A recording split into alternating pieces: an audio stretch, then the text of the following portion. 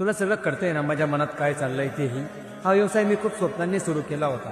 मेहनतही करतोय पण परिणाम मिळत नाही. कधी ग्राहक कमी पडतात, कधी पैशांची अडचण भासते, कधी लोकांना विश्वास ठेवला ते सोडून देखील जातो.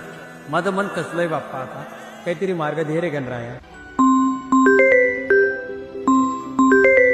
अरे जयेशचा कॉल. हा जयेश बोल ना. ऐक ना सौरभ, आपल्याला गणपतीपुळेवरून मोठी ऑर्डर आली. अरे खरंच? तू लवकर शॉपला ये. ओके ओके येतोय, मी शॉपला येतोय. ठीक आहे, तयारी वगैरे करून आलोच मी लगेच. ये लवकर. हो हो जयेश, ओके ओके.